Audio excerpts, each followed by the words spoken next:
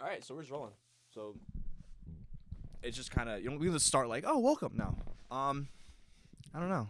How you feeling, dude? Dude, I'm feeling really good. It's Saturday. I'm sitting in front of one of the sweetest human beings I've ever met in my life. Dude, the meter's not even up. Why are you saying that? Oh, stop it, dude. Stop it. I'm doing good, man. I had a really busy week this week, and I've got to sleep in, so I'm feeling really well rested. What's sleeping in for you, though? Because sleeping is different for everyone. Dude, sleeping in for me is like waking up at 9 a.m. That is sleeping in. I usually wake up around like 5, 6. 5 in the morning? Yeah, I'm an early bird. For what? On a weekend? Not on the weekend, weekdays. On the Okay, but 9 a.m. for me is sleeping in. What are you waking up at 5 a.m. for on a weekday? So a couple things, man. I start work early. I start work 8 a.m. But I start from home. But I gotta get my day rolling, bro. I gotta have my caffeine. I gotta take my dog out. We like to go for our morning walks, and I don't like to rush. I've learned to take life a little slower in the morning. I used to suffer from really bad anxiety. You would have never known. Yeah, you're super chill. I actually would not have guessed that. Yeah. So one of the things that's helped me is just starting my days off super slow, not jumping out of bed. I like to wake up, appreciate every second of waking up, and I take things very slow in the morning, and that has eliminated my anxiety. So when do you go to bed? I'm the worst nowadays. My other half hates it, but most nights, like 11 p.m. is max for me. Like, I'm a zombie. That's late for you? That's late. I used to be. People who know me before and then know me now, there's two versions of me. There's two versions, okay. There's post losing my father and pre losing my father. Pre losing my father, I was a menace to society. 100%. I can confirm that. Yeah. Post, I feel like I'm a completely different person. Wait, when did your dad pass? 2018, March of 2018, so 8 years ago this month. Shit. Oh, shit. Yeah. Damn. Yeah. Whoa.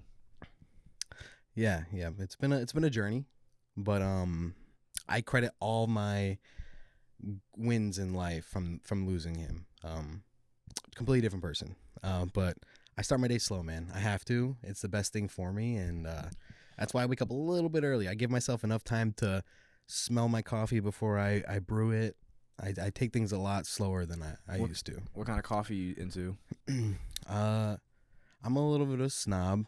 I prefer to drink espresso, Cafe Bustelo. That's what I personally like. If I'm gonna go with actual coffee grounds, two things. I'm either going to get Tom's Jamaican Me Crazy. Shout out Tom's in Binghamton, New York. And going to go with straight up Maxwell House. Oh, okay. Big chain. Big chain. Yeah, man. Maxwell House, not Folgers? I grew up on Folgers. So Love Folgers. And you shifted. And I shifted. Why? Oh, man, that Folgers, man. I don't know what they did to it. That shit is like nuclear now. Like, literally acidic fucking poison. I drink that shit, I'm done.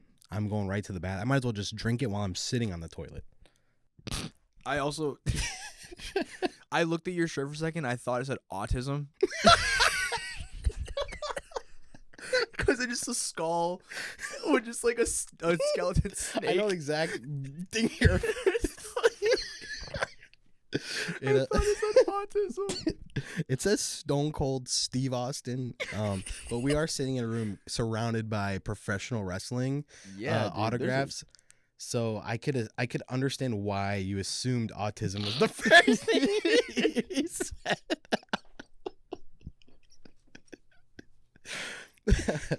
Oh boy. Okay. You ready to actually start it now? Yeah. Yep. Okay. Whoops.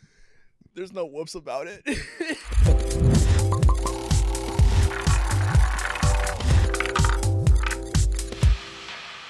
Welcome to Podcast Roulette, where you don't know who we're getting, how long we're talking, or what we're talking about, but you can always bet on black. That's me, the host.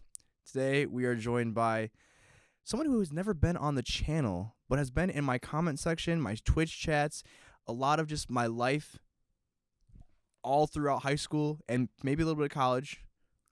The one and only Vinny. Spiro, or as everyone knows him online, Vindigo333. Hey, what's going on, everybody over here on Paragoya Illusions? Thank you for having me. I really appreciate this opportunity to be a part of your greatness, man. Stop. Don't do that. But thank you.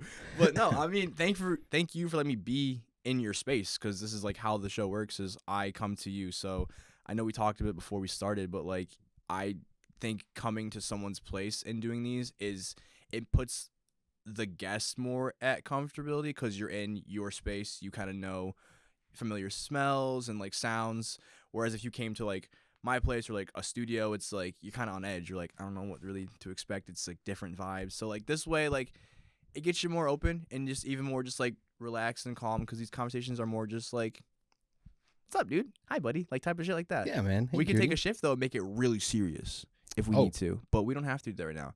But I love that. let's before we get into anything we have planned topic wise, let's get into who you are. So who is Vinny? Who is Vindigo? Which one do you want me to call you by the way? So you can call me Vinny, because you know me pre-Vindigo. Pre-Vindigo. For I guess we'll start from the beginning.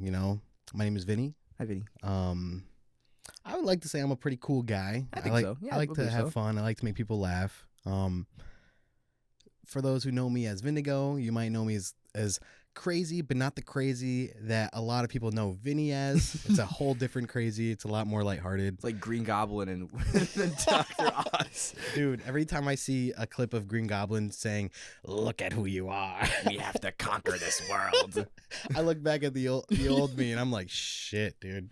This could have went one of two ways very quickly. What the hell's above me? I just noticed that. It's a European license plate that says Pop Damali. That is a relic of my past. Wait, it's a license plate? I probably legally can't say how I obtained that, but You could say we can pineapple it. in a video game called Grand Theft Auto, in game, that came off of a car. Oh, so you got mailed from the game. That's crazy. Yeah, quote unquote from the game. Yeah, That's sick, dude. Yeah, he took it right off. That's sick. How'd you get that to? That's cool how they mailed it to you, man. Yeah, we saw it, and back in the day, I really didn't have much rational thinking. As a teenager, I saw something I liked. I was like, huh, that looks cool. It's mine. Oh, jeez. Holy shit. Who else is Vindigo or / Vinny? Yeah, man. I'm a first generation American. Really? I'm very proud of it. Yeah, man. My mom is from a small country in South America called Guyana. And I'm a first generation college graduate. Let's go. Vinny's also a homeowner. Let's go. Vinny's a landlord. Yeah. We're sitting in the home. Vinny's a landlord. Whoa. I work full time. I'm in school full time right now. I'm almost done with my degree. Wait, for what? What you went? What? When did you go? What are you going for? Yeah, man. So I'm in school currently now for cybersecurity. Oh shit. I'll be done this December. So Vinny's doing a lot of things. First and foremost, I'm a son. I'm a brother. I'm an uncle, and I'm a fiance. So yes. Vinny is someone who is very family orientated. The people that I get close to, I treat like family. I like to treat everyone with love in the same way that I want to be treated. I like to welcome everyone in. Vindigo, this is my we like to call that, I guess, my alter ego, my online presence on the world of Twitch. Others refer me not only as Vindigo, but as Vindy, as Daddy, as Papa. We get a lot of these types of nicknames. There's a reason behind that. Not only are you calling me Daddy for some advice, but they also call me Daddy when I'm on top. Hey. Yeah. Whoa. Okay, we're getting real into it. I love it. But yeah, man. Vinny. I think a lot of people can say, those who do know me, I'm a stand-up guy. I'll be very honest. People love it or hate it. And those who hate it are just they struggle being honest with themselves. Ooh, okay. But other than that, man, I would like to say I'm a pretty chill guy. You know what I mean? I like to just have a good time, and spend time with my loved ones. That's the most important thing in my life. Oh, that's so cute. Thank you, Pookie. Stop. So I know we mentioned a good old word called autism because of your shirt, and you mentioned the wall of, I don't even know how many. Do you know the number of like I have lost count at this point. of just wrestlers from every? Oh, you got a ton. Wrestlers from I never heard of half of these. All I know generations. is I know Joe Henry. Dude, love him. Oh, you have two of them. Two of them. I couldn't just stop with one. I liked both of his pictures. I was Who else is here that you know? I know you have, what's his name? I think you'll know these guys, the Hardy Boys. I know the Hardy Boys. You have basically what we're looking at right here is a wall of just autographed WWE and I assume like AEW. Yeah, it's a wrestlers. mix. WWF from pre-WWE, TNA, AEW, and independent wrestling as well. Ring of Honor. Shout out Excite Wrestling. I saw that over in the corner. Yeah. But yeah, man, this is my wall of fun. I've been very fortunate to meet so many amazing performers. And I had the privilege of training and being under the wing of some awesome people too. How did you get into this? I mean, everyone gets into wrestling, like that's like a thing, but like to get all these signatures and pictures, it's not just like I'll run into them at this convention. It seems like some of these are like you actively seek out, because I feel like a lot of these wrestlers do not wrestle anymore. I think most of these don't, right? Yeah, a lot of my collection is some would say old timers. Old timers, okay. Yeah, man, I've been fortunate enough to be a wrestling fan my whole life. Whole life? My whole life since I was like 4 or 5 years old. Wow. Okay. I don't actively watch weekly. I still kind of live in that bliss of the era that doesn't exist anymore. I think a lot of people who are into nostalgic things can understand that. But yeah, my father showed me wrestling when I was super young, and when we moved to this area of Binghamton, New York, one of my sister's friends from high school became a pro wrestler on the independent circuit locally. And shit. At our local Post 80, they would do wrestling shows once a month. And this is going back like 2009. My dad started taking me to these little shows. You know, WWE would come to town, once a year, if that. And these guys had shows all year round. So my dad would take me. There'd maybe be 30 people in the crowd, and these guys were putting on shows to really try to make a name for themselves. So I've been actually able to be in the presence of a lot of wrestlers that are now either Hall of Famers or champions. So I've gotten the grace to meet some guys before they even made it. Oh, wow. Okay, that's crazy. I didn't realize it was like that deep. Yeah, like right here, Adam Pearce. He's the general manager of Monday Night Raw. What? Yeah. Let's see. Where is he? Kevin Owens. We used to go by Kevin Steen.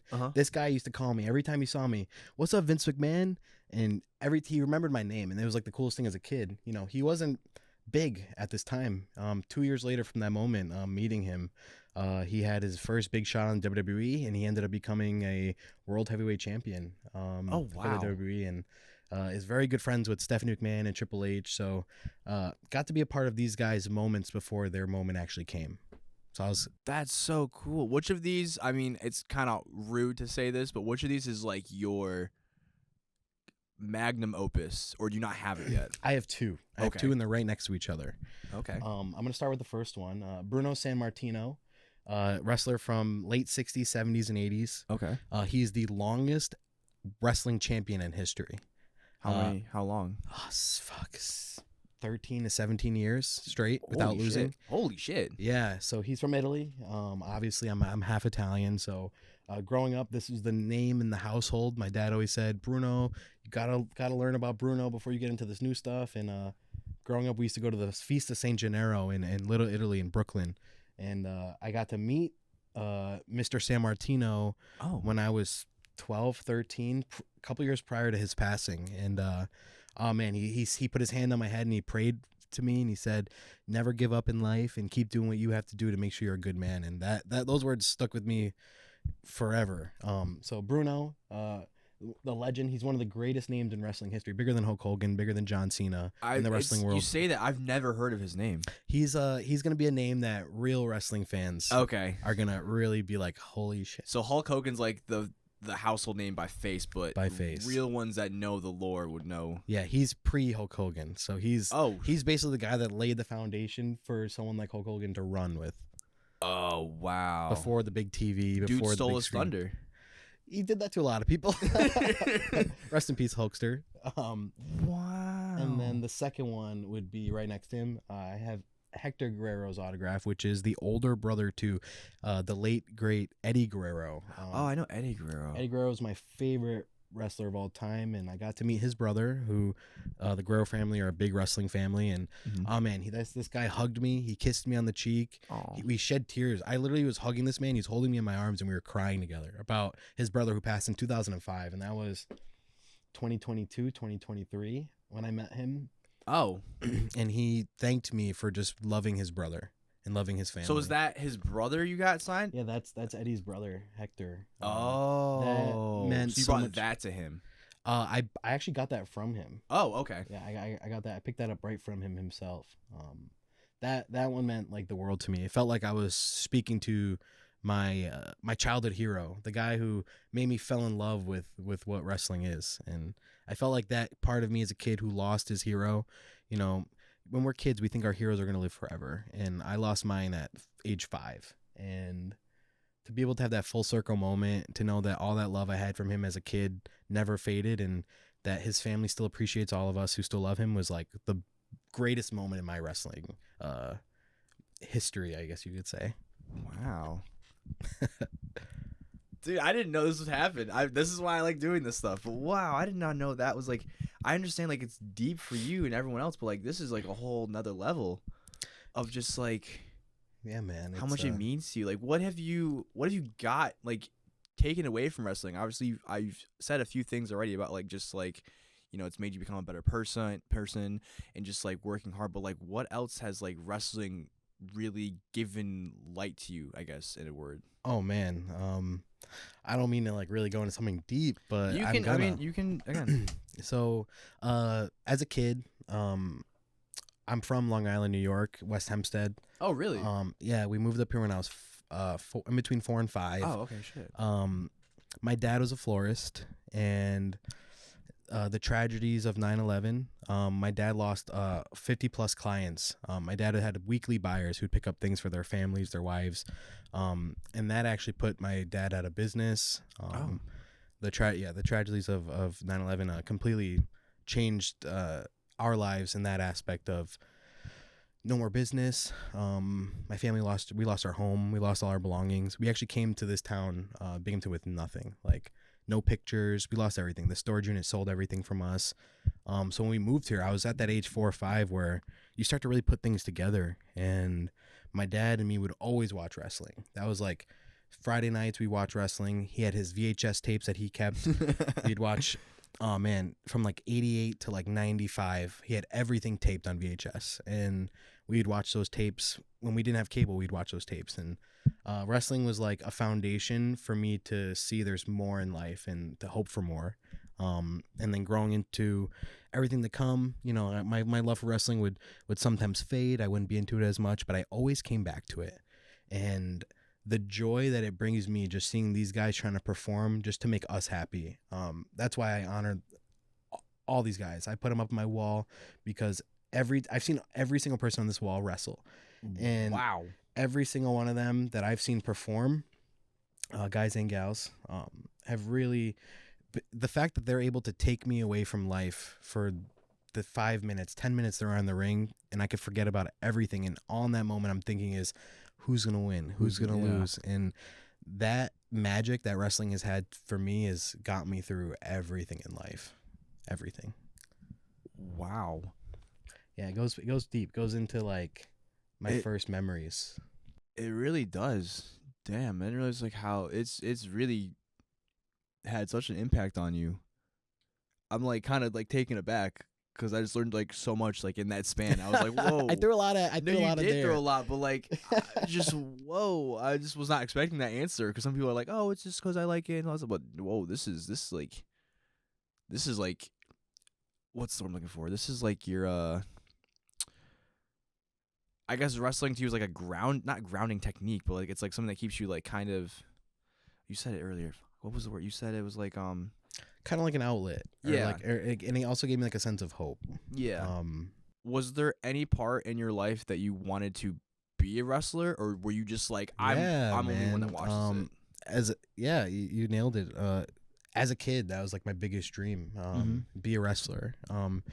After, I'm gonna just say it. One of the last conversations I actually had with my father was, Vin, I'm gonna be your manager. We're gonna come out to the ring together.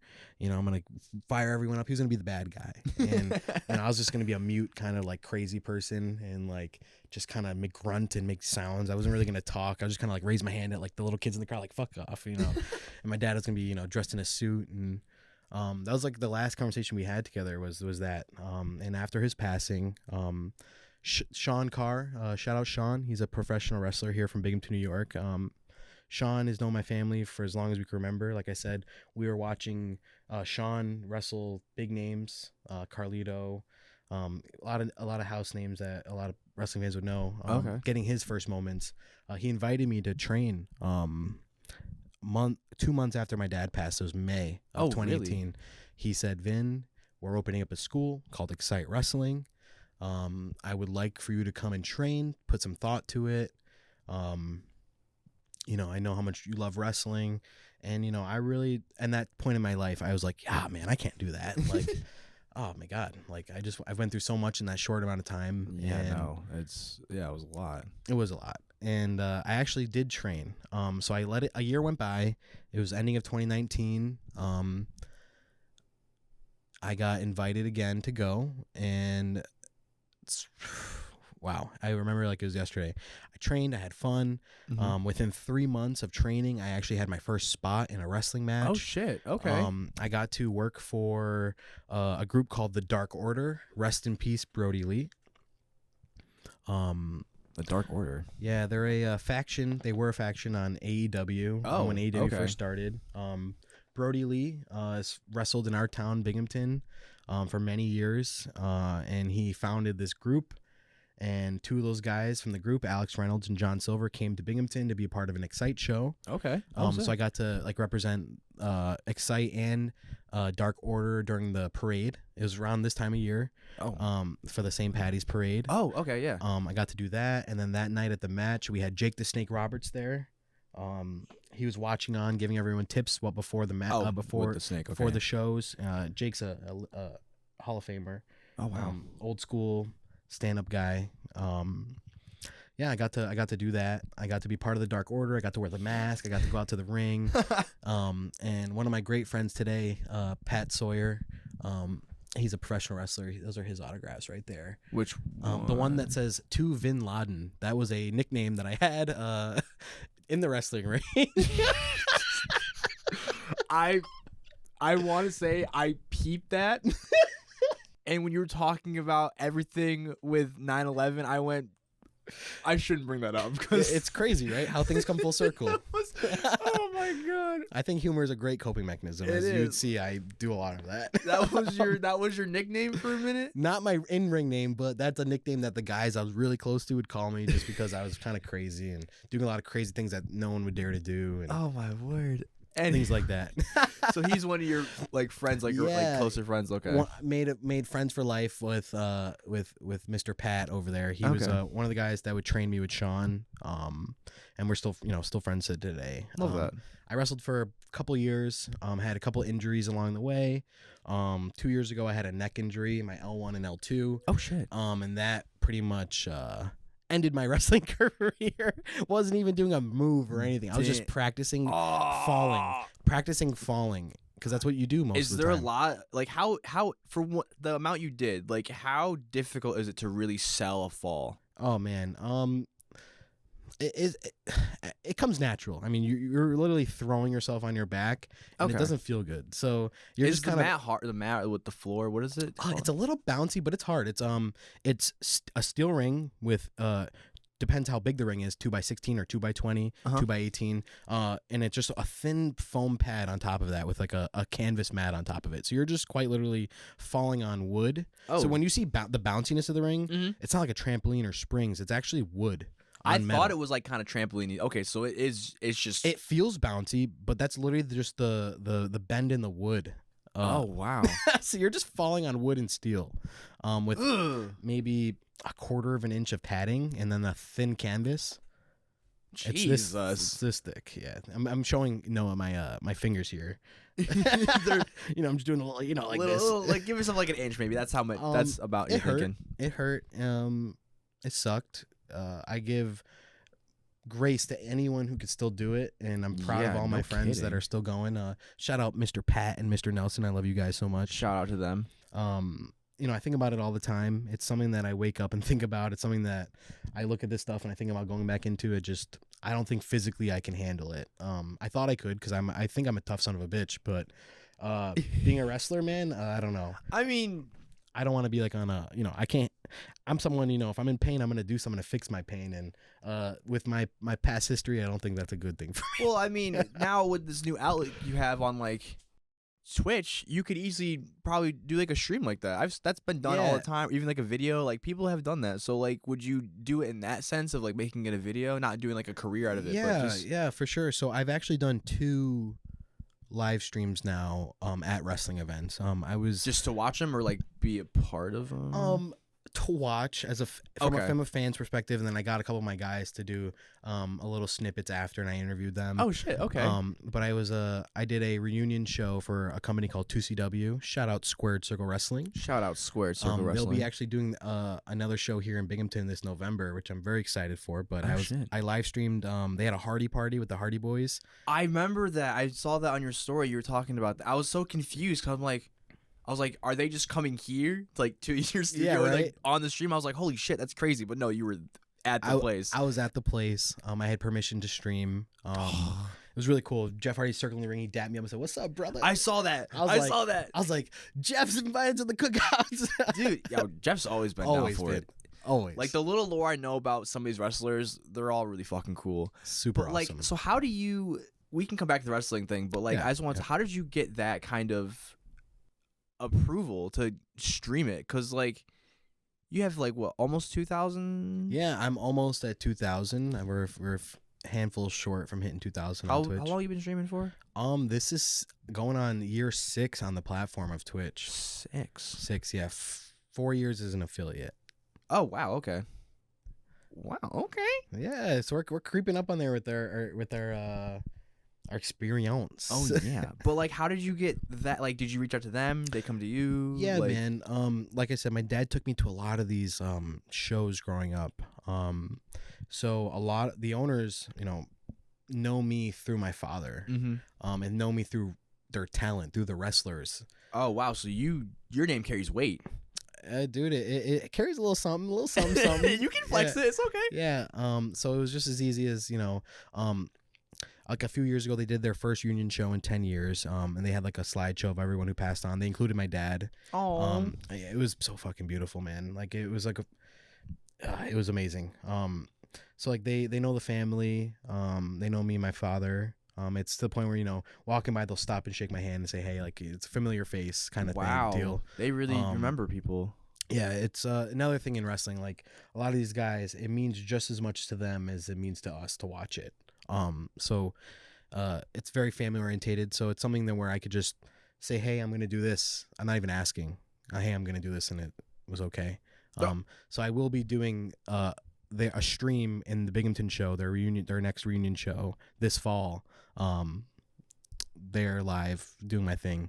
So it's something that I'm going to keep trying to do with, include my passion with my other passion, which is streaming and wrestling. So That's amazing. Do you ever think, I mean, there's the pipelines happen, man, from YouTube or Twitch to wrestling, Logan Paul.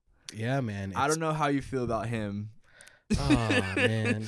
But he's kind of what you're describing now is what he is literally doing. Obviously less, hopefully yours is less controversial. Yeah. I'm not going to any forest anytime soon. But yeah, Logan, I appreciate what he's done for the business. Personally, I don't like him or his brother as people. But what they did, bringing the younger audience into the wrestling world and making wrestling cool again, I can never thank him enough for that. Since Logan Paul's been in the wrestling world, wrestling has expanded. WWE has purchased almost every small time company, like the Mexican wrestling.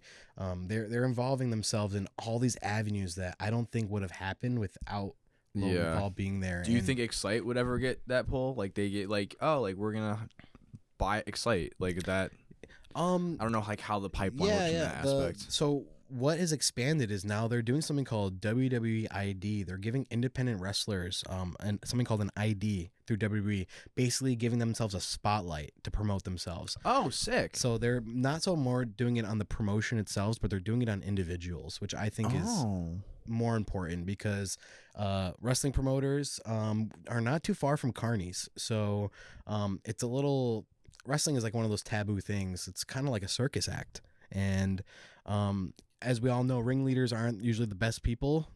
So I think it's best for them to do what they do for the talent themselves instead of the promoters. There's a new company that just started not too long ago called Flex Wrestling. Shout out HC Loke. He's one of my trainers. He's Shout him out. Fantastic guy. He was an ECW original back in the 90s. Oh, wow. I see with the growth, just from Logan Paul's entering, I've seen wrestling companies and wrestling schools pop up all over. So I do see the growth happening, but not so as company or like organization based, but as individual based, which is amazing to see. Wow, I've learned. Joey Z. Yeah, dude, he's talking wrestling all the time, and I mean, maybe I just never asked the right questions, but like I've never gotten this in depth, like analysis of wrestling because I've learned a lot just now. I was like, holy shit, this is way more complex than it gives off. Like it is very complex, and I've had the I've been very fortunate to be able to be behind stage, be a part of production. I've been able to train, I've been able to wrestle, and also be a fan all at once. It was an old school thing that you were told if you're training, you never go and ask for an autograph. You never go and treat other wrestlers like you're a fan. That was taboo back in the day. Oh, it's not anymore? It is slowly ending. I mean, it makes sense in like a train. Like you're not there to like kind of like you're there to gawk them and yeah. You're better to like you're there to get better and all that shit. So I understand where it's like someone's trying to like work on a movement and you're like, hey, can I have an autograph? It's like not now. I get that, but like I'm glad it's kind of dying out. I'm glad that there's like at least there's like as long as there's like respect, I think, across it, where it's like, you're busy. If I catch you later, I'll do it. If not, you're going to be here frequently, clearly, so I'll try again. But some people that are fans that are like the really like oh my God. Yeah, like, crazy. Yeah, those ones I just... You get that. Like when I was training, we had a handful of, people that would come and go. And a lot of the ones that go are the ones that are unable to differentiate like the business portion to the act. So like some people are just so in awe of wrestling they don't really see it as like a performance or a show. They're more so just still stuck on, oh my God, I'm watching wrestling. And that's where like I feel like the hardest part of being a wrestler is finding yourself not only as like a fan but as now I'm the performer and try not to lose your love in the mix of it too. People can lose that when you're like finally part of the business you've been like loving and gawking at. It's like, now I know. I see all the technical. Yeah. I mean, if you can't be like as a wrestler, would you be like try to like be involved in like just like the tour they do, like shooting, like being like a camera person for the wrestlers, or like? I would be open to a lot of things. I've actually, this came up in conversation at the last show. I was at a show last month in Savona, New York, at the Mud Creek Bison Ranch. Shout out Flex Wrestling. Shout out Flex Wrestling. I was at a show there, and my good friends were talking to me like, half the guys are like, come on, what are you doing? What are you waiting for? The owner of the company, the money behind the company is sitting there talking to me, Vinny, the time is now. It's hot. It's ready to go. It's waiting there for you. And then I have guys that are saying, Vinny, even if you don't come back as a wrestler, have you thought about being a manager? Have you thought about being in the creative side? So it is something that I think about often. I'm just not sure what I'm looking for yet. That's fine. But at least you have like that option. That's sick though. That's like, would you lean more? Are you leaning more towards one right now? Obviously, it's not like a set in stone. I am, man. I want to be in the ring. Even if it's not as a wrestler, as a manager, just so I can just be as you've seen, I can get really amped up really quickly. So in that environment, it's perfect. I pride myself if I'm a fan sitting in there, whatever I cheer, I'm the loudest person, and I could start any chant. And anything I say, everyone around me is going to be Oh, copying. hell yeah. And so, Okay. if I'm saying what, everyone's saying what. What? If I'm the first one to say woo, everyone's saying Woo! woo. And I think no matter how it turns out, I just want to be a part of it, even if it's as a fan, even if it's just sitting there watching and enjoying the moment. And I'm literally sitting there watching independent wrestlers. I'm not sitting there watching the main WWE show every week. I'm watching the independent scene, the guys that are going to get their opportunities soon. I prefer to watch that. The guys that are hungry. Does it feel more? Because people say when you get to like the spot you make it, there's like a sense of comfortability, and you can kind of maybe see it like in the performance. Is there like a difference in that between like the lower level like wrestling between like higher WWE? the high end.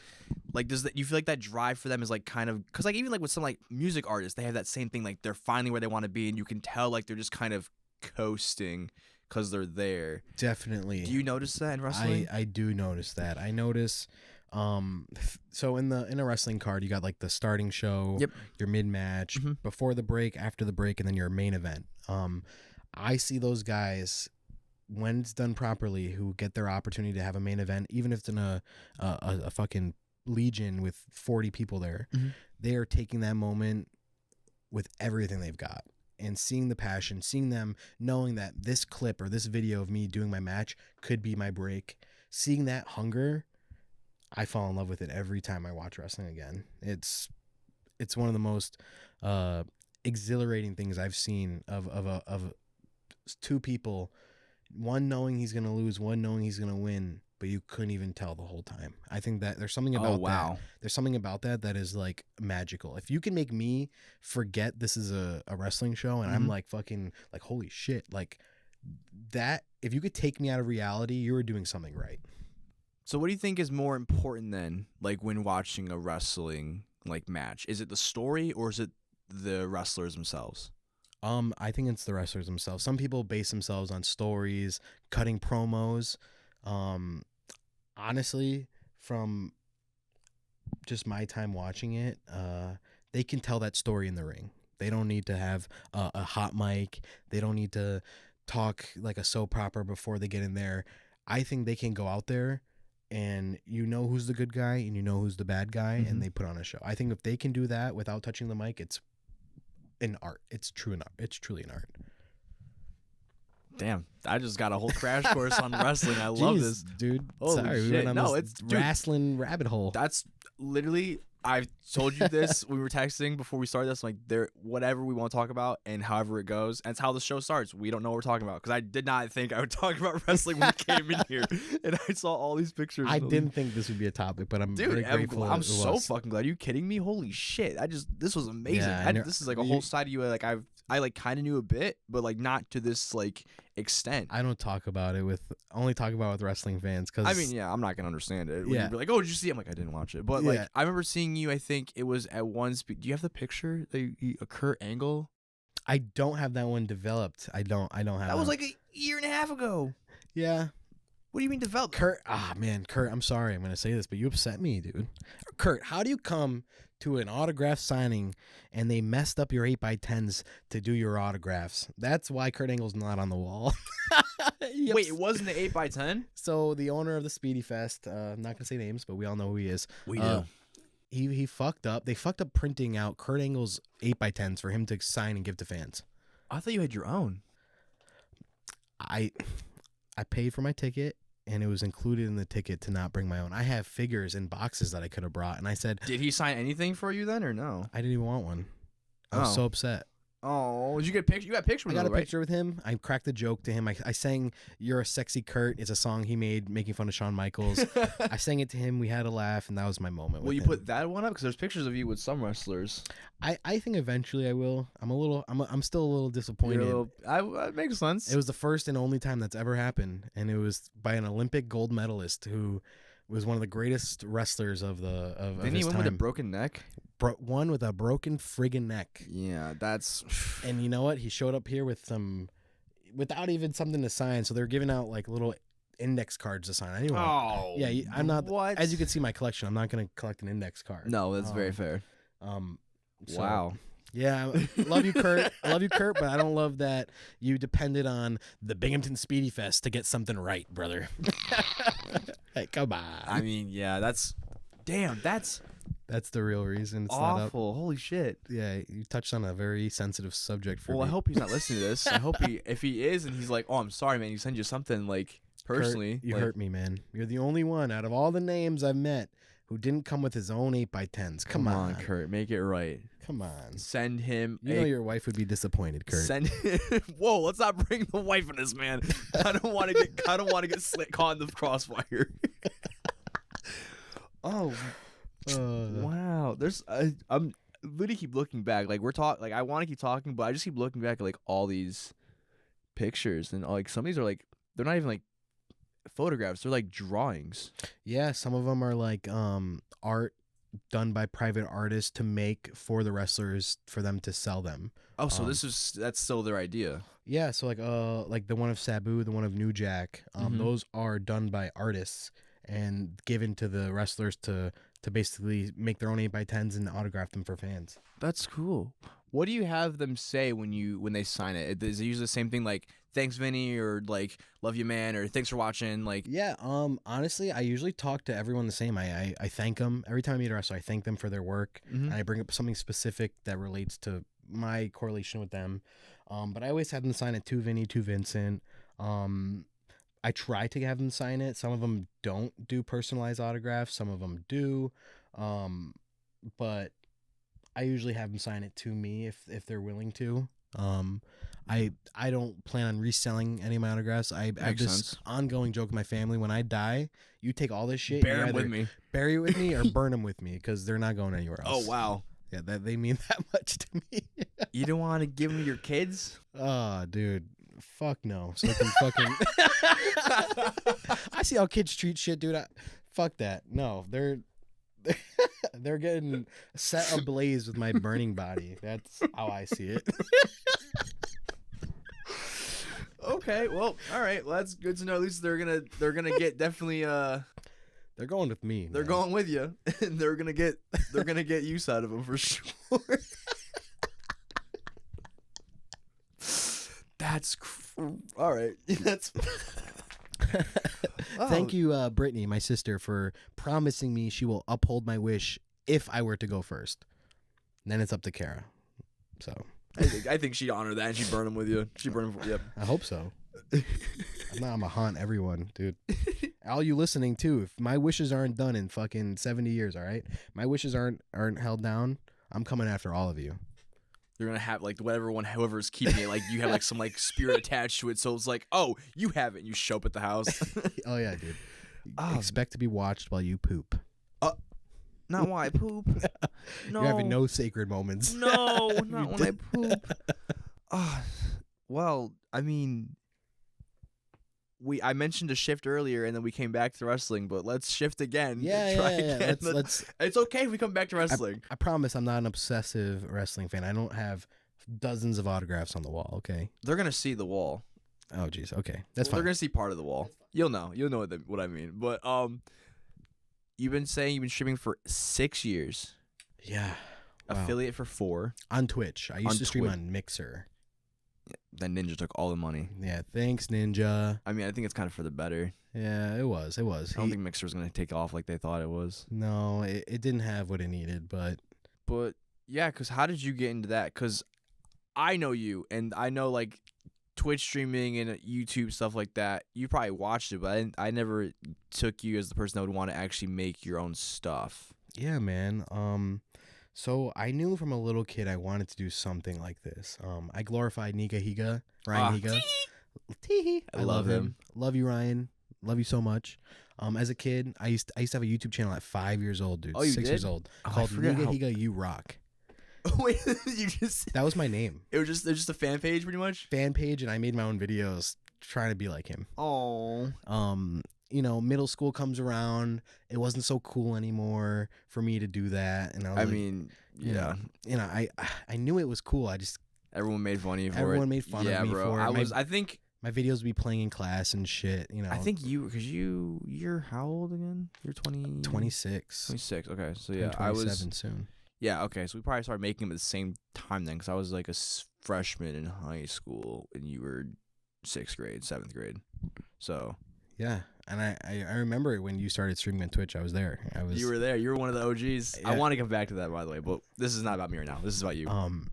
Yeah, you know, it's something that I kind of let go. I ended up going into this whole like cool guy fucking life of doing stupid stuff and quote unquote cool guy. We like, all know. We all had that phase. Yeah, you know, I had this really fucking cringy phase where I was just doing stuff I wasn't supposed to, and I put all that stuff to the side. Fast forward, Fortnite's like a big thing. Hell yeah. Fucking Fortnite, yeah, let's build a wall.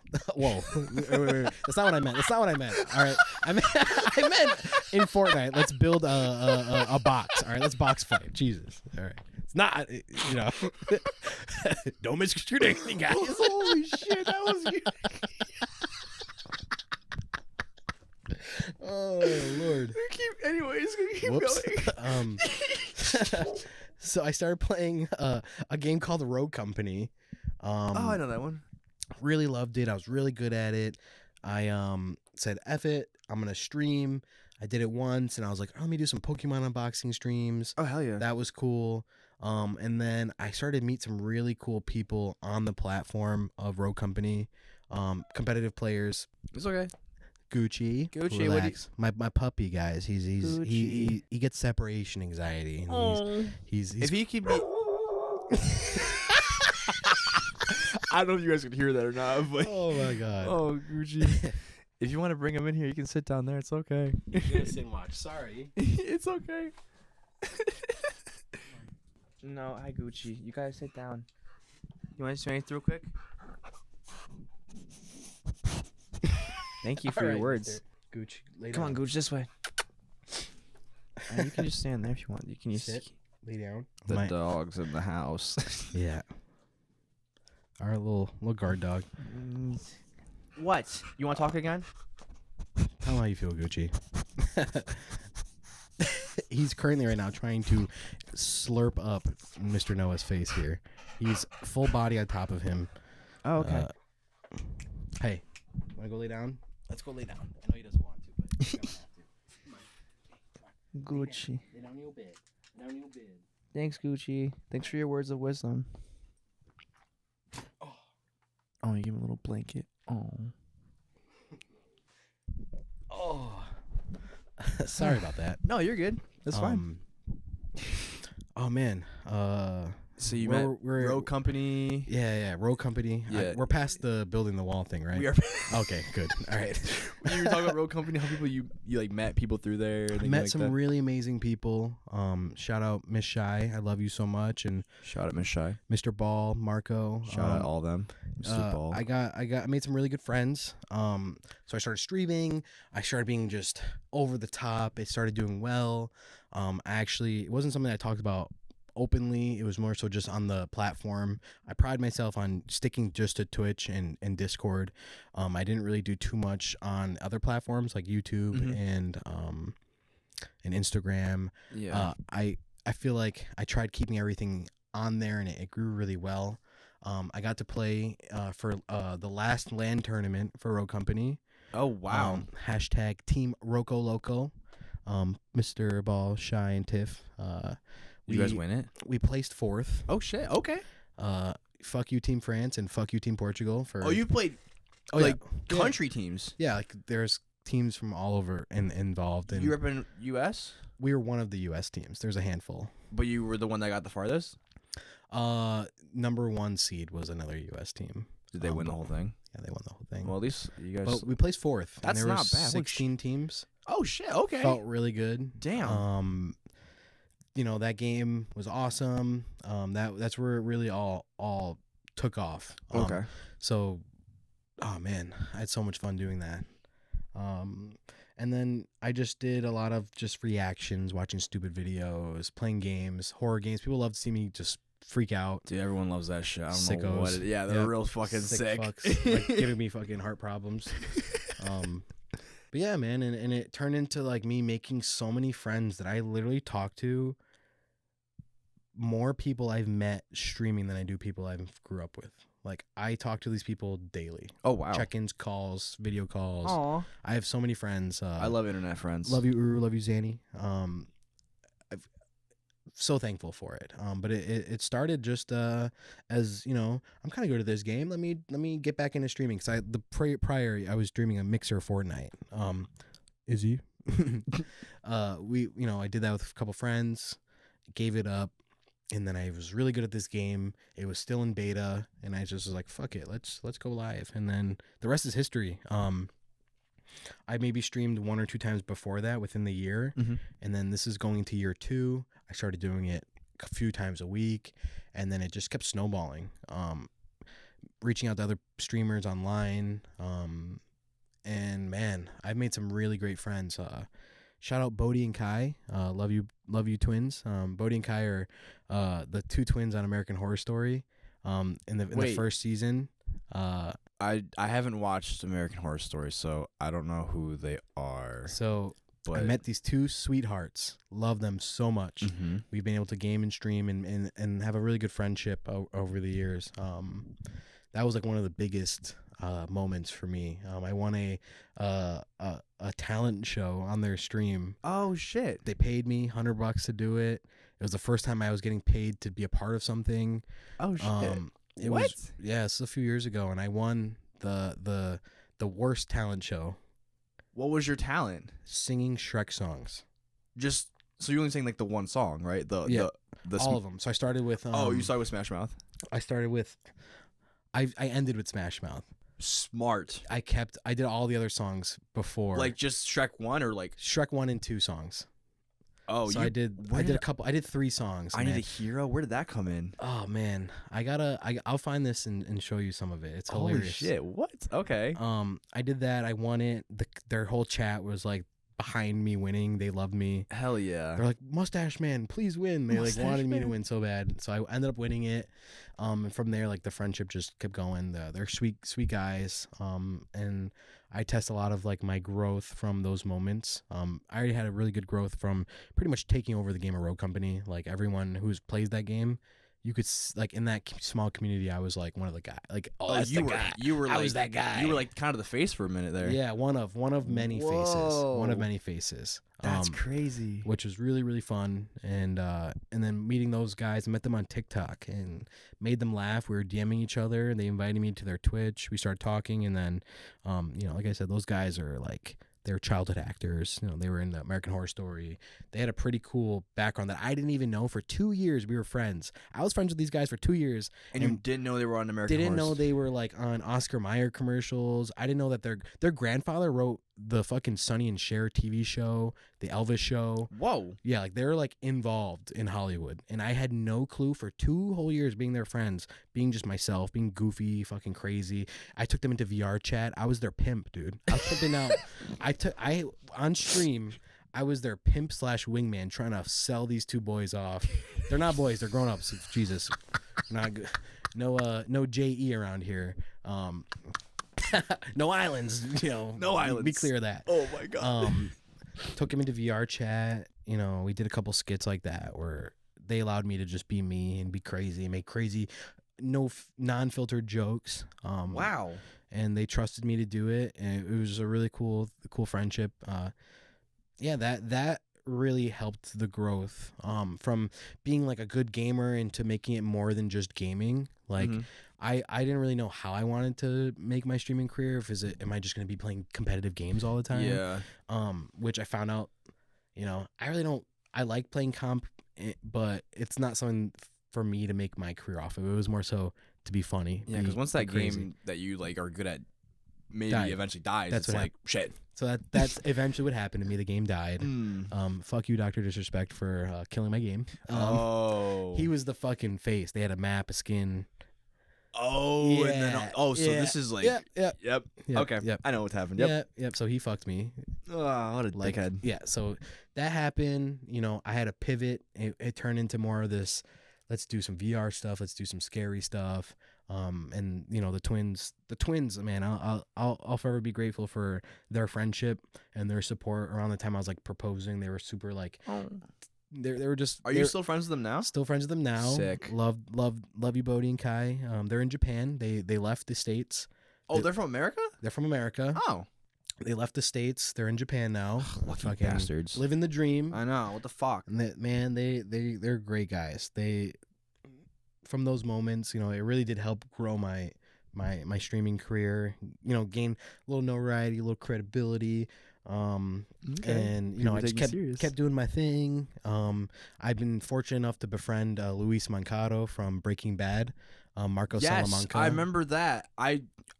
All right, I'm gonna get slandered in the comments, but I've never seen I've seen parts of Breaking Bad. Like I've never force you to watch it. Dude, people have been get in line. There's a line for people trying to force you to watch not only Breaking Bad but a ton of shit. But I know who he is. I'm cartel connected now. Okay, I don't know if you want to put that out there. Luis said it, man. Luis said, "Vindigo, you are cartel connected, so you might want to watch what you say about Breaking Bad." So why don't you go to Mexico then? What's up with that, dude? you said I like my head on my shoulders. I'm not. I understand that. I'm not saying this because you just said that. I understand that show is one of the best shows of all time. It is pretty amazing. It's slow. I mean, that's fine. I know that. Like, I just think I know how it ends, which isn't like a big deal for me. But like, it just kind of takes away like the whole like, the lore. Yeah, the lore. You got it. I've seen stuff where like people fucking hate Skylar, and I was like, yeah, I don't know why. But, like, fuck that bitch. But like, I need to watch it. I do, regardless of if I know how it ends. I just gotta watch it. That and The Sopranos. I gotta watch that too. I am watching The Sopranos for the first time as we speak. I've really. Surprising, right? Like I grew up with like bada bing shit all over the house because my dad. Yeah, I'm surprised you're watching it now. I don't know why it took so long, but I'm just watching it now, and I am obsessed. The amount of correlations that I have with like my personal life that I really don't want to talk about too much about my father, but no, you're good. Oh my god, holy shit! Like some of the things that happen in that show, or like the looks they give each other, the banter. I grew up around that, and that's like my other half of my identity is the Italian side, and the real Italian side. My dad's from Brooklyn. He was a florist. Grandpa had a candy store. So if that explains a lot. Which explains kind of why I was the way I was too subconsciously in my teenage years. I feel like I was embodying this shit that I didn't even know it really was. What wow. was. Okay, shit. So yeah. Damn. Okay. Fuck. Yeah, man. I didn't. Yeah, I need to add. I need to watch this stuff ASAP. There's so much shit going on. Like, I'm telling you, those two shows, besides like Avatar: The Last Airbender, are the two greatest shows I've ever seen in my entire life. You hear they're making a new one, right? They're older, yeah. Dude. Oh my god, dude. Before like the new entire season comes out of that new new Airbender. So excited. Avatars. I'm so gassed. I want to see Zuko as a young man who found his way. I need to rewatch the show. Oh, dude, you tell me when we'll watch it. One day? Oh, we can't. We physically can't do that. I think. No, but we can definitely get some good stuff in. We don't like the movie. We don't speak of the movie. We don't speak of the movie. We don't. We like. Do we like the live action Netflix? The story, yes. The who they chose to act it, no. They might as well picked me, bro, to be Azula. I didn't even give that a chance because I'm like, I don't trust the live action or anything. I was like, nope, I'm not feeling it. It was a good story. Like, I'm a sucker for like getting more content. And oh my god, what a fucking letdown! Like, and now they're not recasting a couple of the characters because I forgot who it was. One of the girls, I think it's Azula, was like, if my boyfriend doesn't get casted for this role, I'm dropping this role. So they said, what? Yeah, and so they just cut her ass from it. So now we're gonna get a whole nother actor. It's just all over the place. They really dropped the show. Stop the show. Right. Ong. Who the fuck is Ong? Yeah, dude. I don't. It's Aang. So wasn't like it's based on like Chinese lore or like culture, right? Kind of. I believe so. Isn't that how they say it then? It is, but we're American.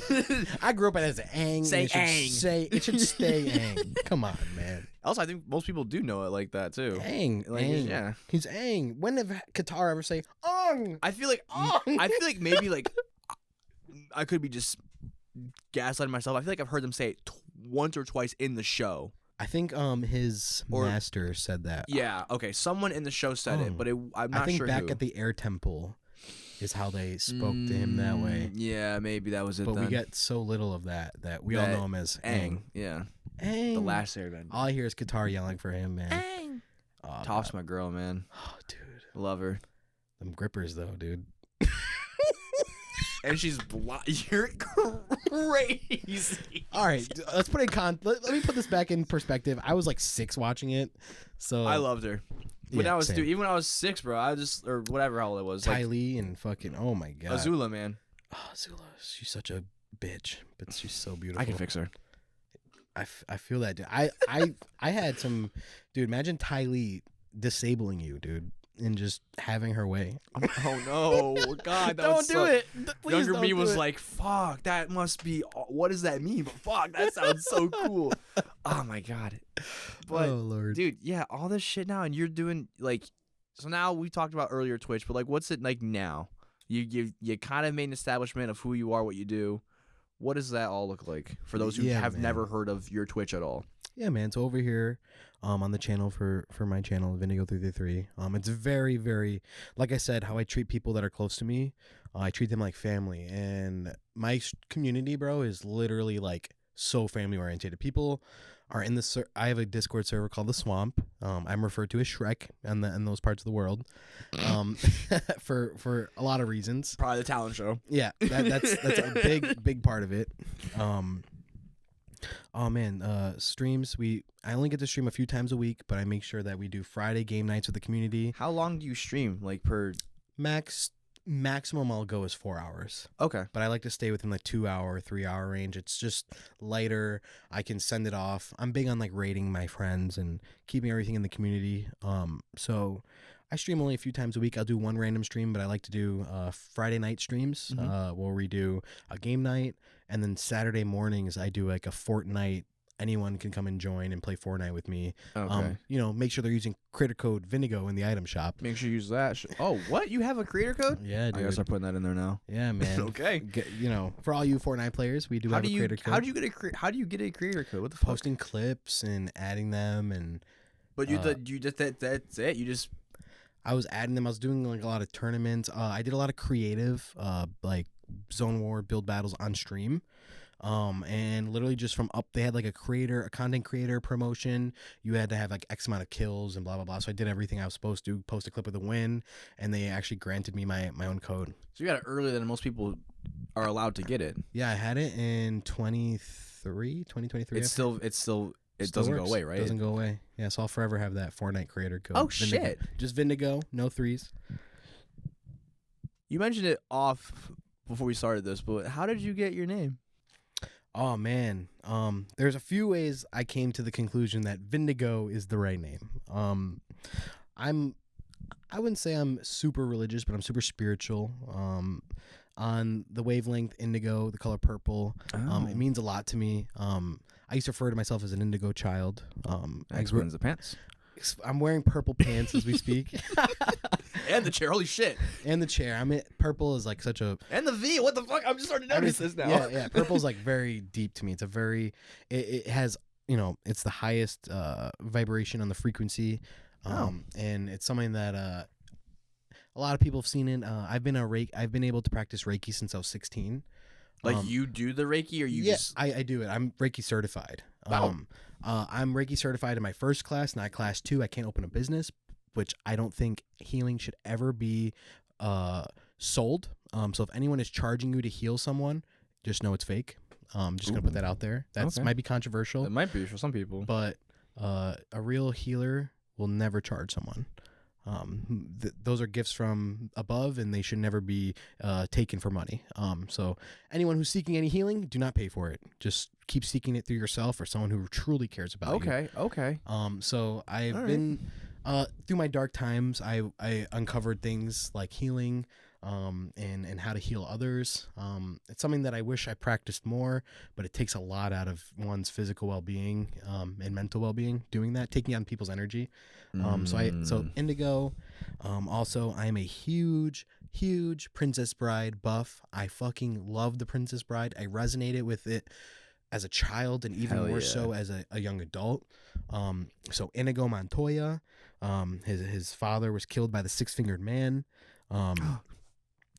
those words really meant more to me after losing my dad, when he would say, "You killed my father, prepare to die." Those words, and from Inigo, I always envision it as like, you know, I'm Inigo, and I'm killing what took my dad, which is just his health. He had poor health. He had heart disease. So in my mind, I'm killing what hurt him, and it lives on through me. And I'm Vinny, and I'm really spiritual. And I'm like, Vindigo. I don't even remember how I said it one day, but I was like, Vindigo. That's fucking awesome, Vindigo. Like, and it came from a little piece of the past, the present, and looking forward to the future. So Vindigo's loosely based on Inigo Montoya. Okay. So then the 333, what's that edition? Yeah, man. During I would call this, I guess, my awakening as a child. I would wake up at 3:33 in the night, every single night. No reason, or Like the Undertaker, sitting up in the bed you wake up like like that, a fucking zombie, dude. Yeah, holy shit, just having these visions. Okay. Having these, like, I don't even know. I was in a really weird time in my life. In high school, I was like doing things I shouldn't be. I was experimenting with substances, and I was like in this weird mist of things. I keep hearing this thing like, you're not supposed to be doing this. You're supposed to be helping people. And I literally, like, one night I had sleeping over with a bunch of my friends. I started doing this thing. I just woke up in the middle of the night, and I started putting my hands on my friends who were still awake. I fell asleep. Like I said, I fell asleep early. You just Dude, touching them? I was put my hand on their shoulder, and I started like praying to myself and like focusing on like my breathing. I shit you not, bro. Like, on everything I believe, my friends would just fall over, like in their chair, in their seat. I think they were asleep when you did this. No, I was asleep and I woke up. They were still up. Like I said, I'm always the person that falls asleep first. Yeah. Oh, most of the time. Now it's different. It seems like you're just up late, party animal. It was one or the other. I was either up till past 3 or I fell asleep before 3. Oh shit. Okay. So it was one of these nights. I had this weird thing. I had some friends over. Mm-hmm. I started doing this, which I ended up now knowing I was doing Reiki without even knowing it. And I was just kind of told to. Dude, that's like a crazy awakening. Yeah, and that's I did it. Wild. I did it to one of my one friends, and he literally fell over. So I started realizing, holy shit. So I started doing it to other people and having people come over and fucking doing it. I once did this, dude. I had 10 people with their arms around each other in a circle, and I was doing it to one of them, and everyone had their eyes closed. And wherever I moved my hand, they moved left and right. I kind of wanted you to do this to me, but I also don't want to pass out in your face. You won't. You don't. I am not able to make people pass out anymore, but I can give you good energy that you can carry with yourself forever. And to those who know what I'm talking about, then I've done this to them, they can all attest and agree to it. I don't even know what to say. I'm kind of like, I was not expecting this to come out. Yeah. Holy shit. It's the spirit. That's cool. The spiritual side. I don't practice. I'm going to be honest. I don't practice anymore. I had to separate my like personal and professional life from my spiritual life. Because they don't go hand in hand. Oh, okay. Like you can't go and be like a business to business salesman like me and be practicing Reiki at night. Those are just you can't. I mean, why though? Attachments. Technically, as someone who's supposed to be practicing, you're supposed to have no attachments, and that even means down to having a relationship with a significant other.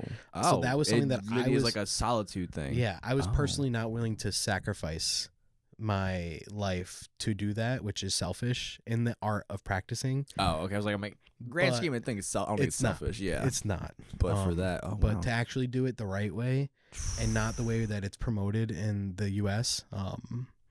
Like, you know, like Tasha's out there with her blonde hair doing Reiki. Like, that's not true. Like, that's not real. Where's Reiki started? Where's that originate? It's Indian, man. Would you go to India and like do a Reiki session? Yeah, like, so cool thing, Guyanese. I'm Indian and I'm African. I'm a mix of a bunch of stuff. Wow. Guyana was founded on indentured servants from India and slaves through the like the Caribbean British slave trade. Mm-hmm. So it's the only English speaking country in all South America. Basically founded on servants and slaves. Okay. So subconsciously, I didn't even know this at the time, but like my family on my mom's side, prior to Christianity were Hindu. Then this Reiki healing comes from that part of the world. Oh, okay. Shit. Yeah. Huh. Yeah, right? It's wild, but that is wild. That's basically, like, I don't how I see it is I'm balancing people. I'm giving them my good energy. I'm taking on some of their bad energy so I can go and purge that out of myself later. That's how I see it. A lot of people see it differently, but the way I practice it is how I said. I'm giving you part of me and taking a part of you back, and allowing you to fill up your own cup with that good energy. Oh, yeah. So you said you don't practice anymore, though? You just No, man. I do it if like my mom asked me to do it, my sister asked me to do it, Kara, people close to me, but I don't. I used to literally be like posting stuff online, like wake up, like this is we're like awakening and trying to guide people. I used to be very open about trying to help people with their spirituality, which in return really affected my own. I mean, yeah, you're taking on a lot of negative energy. So a lot of negative energy, a lot of all types of energy. So I don't do it openly, but I do it when it's needed. Well, people are gonna know now. Like, oh, I'm gonna call Vindigo. I need some Reiki real quick. Wow, this is quite the journey I'm going through right now with you. Yeah, man. I love this. I literally, this is why I like doing this fucking show. I've said it before, I think last episode, but like, there's shit I never knew about friends I've known forever, and I find out through this. I was like, holy shit. All this, like, again, knew a bit about the wrestling, knew about Twitch, but the Reiki shit and everything with like your father and how you came here and your family, I like did not know that. So it's amazing. I'm forever grateful that you are willing and open to share this. Thank you. But like, wow, man, this is a fucking journey you've gone on. Man, life's been a trip for sure. Life has been a trip. So like, what's on the horizon for Vindigo333? Oh man, and Vinny, both of them. Yeah, for both of us. Yeah, man, I'm taking every day one step at a time. In my personal life, me being me, Vinny. Got some really good news coming up. I am going to be getting married this year. Yay! Next, we're in March, so in April, mid-April, me and my wonderful lady, we are eloping to the lands of Jamaica, the island. The lands of Jamaica. How do you feel about that? We can talk about that another episode, but like, if you want to touch on it a little bit, how do you feel about just, having a wife? Like in a month, man. How do you feel about all this happening? It's amazing, man. I'm fortunate and blessed enough to be with my childhood sweetheart, my first real girlfriend. Oh man, it's been amazing. And everything we've accomplished together. I'm looking forward to it and to saying I do. And oh my God, I just can't wait to come home and have my wedding ring on and just know that that's a symbol of forever. Are you gonna pull a Borat when you get back here? Very nice. This is my wife. This is my wife. I have a chair. How is she feeling about this? I mean, if you want to divulge that, like. Oh man, she's so excited. Like this morning, I look over on her phone, and I see her just looking at like ideas for the photos that we're gonna take, and she's so excied. So you're doing the photos in Jamaica too? Yeah, we're gonna get a photographer. The whole thing's going on. The whole thing, and podcast. Everyone over here on Paraguay, you guys are hearing it first. I haven't even told my family yet. We're eloping. So this will come out probably when you're heading down. So I don't want to stir anything in the pot with the family. Might come out like a week early. Who knows? But it's it's Saturday. Today is the 14th. Yep. I plan on telling the family tonight. So you're okay. Okay, you're cool. Okay. This is coming out. It's not that big of a secret. We actually finalized everything this week. Just because of everything going on in the world, we were gonna go to Europe. We were gonna go to Mexico, and Jamaica's a place that we've always talked about. And we're getting married on Earth Day. Oh shit! And we're gonna be in Jamaica on 420. So. Oh shit! If you know me, yeah, that's like. Oh, heaven. that's yeah. Could not be a better way to start a new chapter of your life with the love of your life. I'm so happy for you, man. Congrats. Thank you. Congrats. Holy shit! You guys have been together for. Holy fudge, dude. 10? Altogether 10, but like 8 years consistently. Shit. Yeah, because we dated in like ending in 9th grade, 10th grade. She moved away, and that was it. I'm like, why the fuck did you guys stop? She, her due to like family circumstances, she had to move back with her father in Buffalo. Buffalo, okay. And we had like a little wedge between that time. But as soon as she moved back to town, like within months, it was like right back to like square one. It was meant to be. It was. Oh, it's so cute. It was amazing. I love that. Oh. I test all my wins in life to her. Right around the time she came back into my life was a few months after my dad passed away. So I was at like my lowest low. You know, Divine intervention. Man, like unbelievably divine. Like, as you know, like I didn't finish high school. You didn't? No, dude, with everything that happened in school, for me, I didn't finish high school. Oh. There was, my Did not little know altercation with the school. So I wasn't able to. Okay, yes. Now it's Yeah. coming back to me. Due to a settlement, I'm not able to really disclose what happened, but went in my favor, that whole situation. But before she moved my life, like I was abusive with substances. I was like a womanizer. I was, in my mind at that time, I was a failure. And oh my God, when she came in my life, that first year I went back to college. We got our associate's degree together. I moved out of the basement of my mom's house. I started working.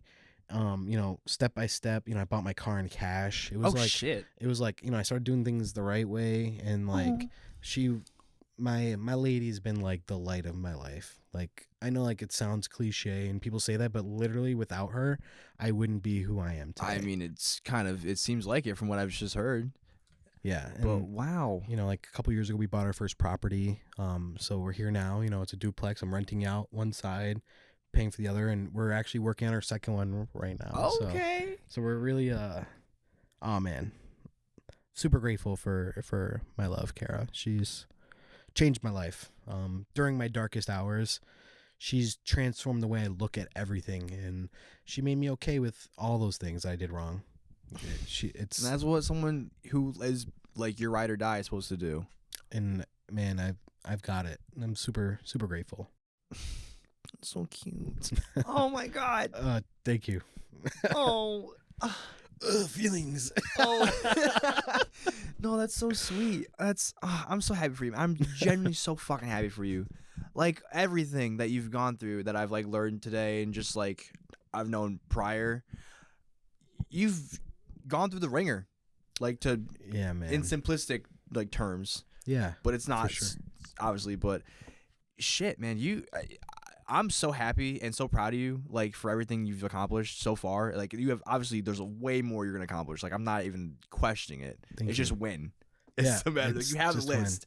It's just when you're gonna hit it. But fuck, man, wow. Is there anything else you want to tell the viewers listening? Oh man, dude.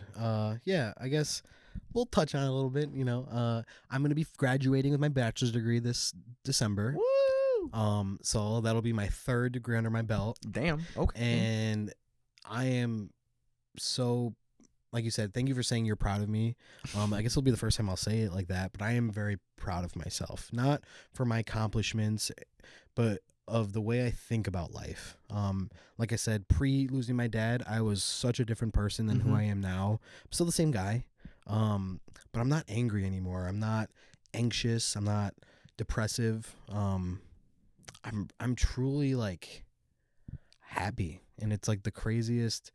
Like from back in the day, I used to try to like create my happiness with doing things or hanging out with people, doing things I shouldn't be doing.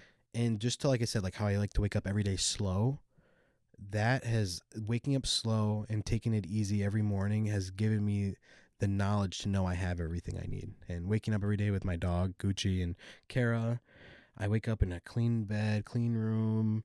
I smell the scents in the room. Like I take everything to heart now. Like every little thing, dude. Even like showering, bro, and smelling my soap that I smell every day. I slow down and smell it. You appreciate life a lot more. So much more. I never did before. So it's like I feel like in my 19 on, now I'm 26. These years have been the best years of my life. Entirely. I'm just gonna let that sit for a second because I like that.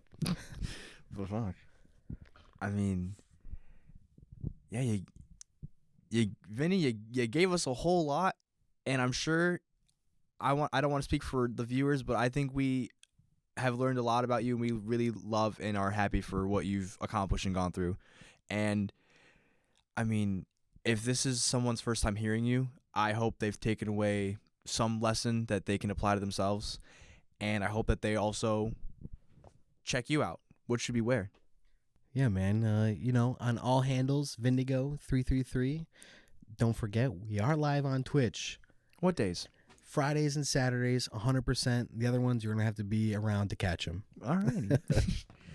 Well, what, Gucci? You got anything you got to say? You woke up from your nap? You look out of it. He's just cozy. He's just so happy to be here. He's so happy. It's like, thanks for letting me sit in on this, guys. Of course, sir. Okay. Oh, you're going back to sleep. Okay, bye-bye. Yeah, I mean, you heard it here. Check out Vinny on Twitch, Instagram. I mean, and just if you see him around town, give him a high five. And if you see him in the wrestling ring, you're going down, brother. He's taking you downtown. For that 1, 2, 3, and ring the bell. Ding, ding, ding. I guess that's it. I guess we're chilling. I guess we're good. Wow, this was fun, dude. Thank you for allowing me to speak and trusting me on your platform. Always.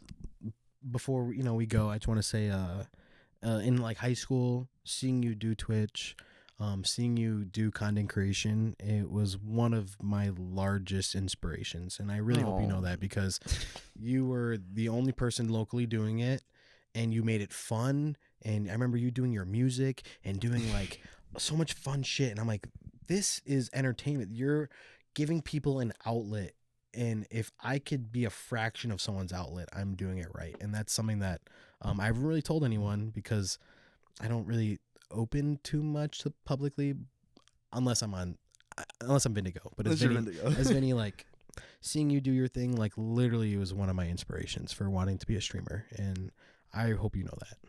I didn't, but wow. Thank you, man. Of course. Holy, I don't even, wow. Thank you. Wow. Seriously, like, when you hit me up and said, would you like to be a part of this?